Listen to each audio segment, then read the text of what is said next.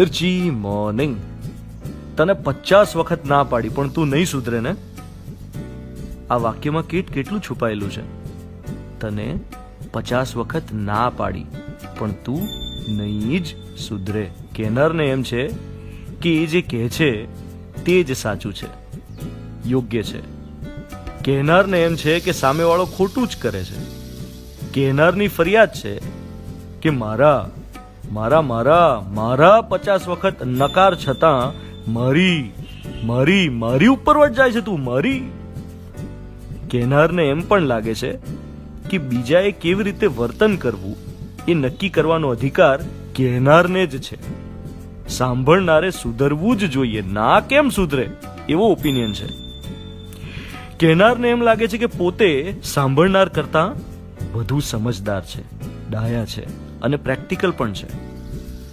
હવે વિચારીએ કે આ વાક્ય આપણે કેટલી ફ્રીક્વન્ટલી બોલીએ છીએ.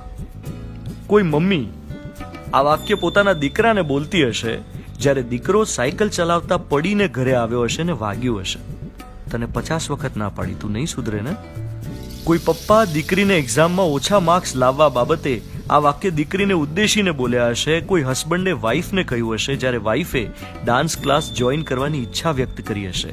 કે પછી રસોઈ કરતા ફરી કોઈ વાસણ તૂટ્યું હશે, કે ગાડી પાર્ક કરતા વાઈફથી કાર ઘસાઈ હશે, ગોબો પડ્યો હશે અને હસબન્ડને કહ્યું હશે તને 50 વખત કહ્યું પણ તું નહીં સુધરે ને. આ વાક્યમાં સૌથી ઊંડું તીર છે અપમાનનું. ઘા પર મલમ લગાવવાની જગ્યાએ દાઝ્યા પર ડામ દેવાનું કામ કરે છે શાબ્દિક અપમાન. આ વાક્યમાં એક આગ છે અને એ છે અસ્વીકારની આગ. સામેવાળી વ્યક્તિનું વલણ, વિચારો, લાગણી અને વર્તનનો અસ્વીકાર, નોન એક્સેપ્ટન્સ.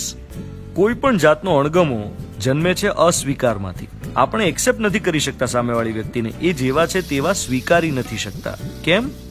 કારણ કે આપણને અનુકૂળ નથી. આપણે કહીએ તેમ નથી કરતા, આપણે ઈચ્છીએ તેમ નથી વર્તતા. આપણે જ્યારે પણ સામેવાળી વ્યક્તિને સ્વીકારી ન શકીએ ત્યારે અણગમો જન્મે અને એમાંથી ધુત્કાર અને ધિક્કાર જન્મે. એક બીજું એલિમેન્ટ ઉમેરીએ. જ્યારે આ વાક્ય આપણાથી ઉંમરમાં મોટા માણસ માટે ઉપયોગમાં લેવાય ને ત્યારે આપણે ખૂબ નીચે ગબડી પડતા હોઈએ છીએ. તમને કેટલી વખત કહ્યું પણ તમે સુધરો તો ને. આ વાકબાણ આજ પછી તમે કોઈના ઉપર ન પ્રયોજો એવી શુભકામનાઓ સાથે આજના દિવસની શરૂઆત કરું. You are listening to Mirchi. હું છું ધ્વનિત તમારી સાથે. Good morning my dear.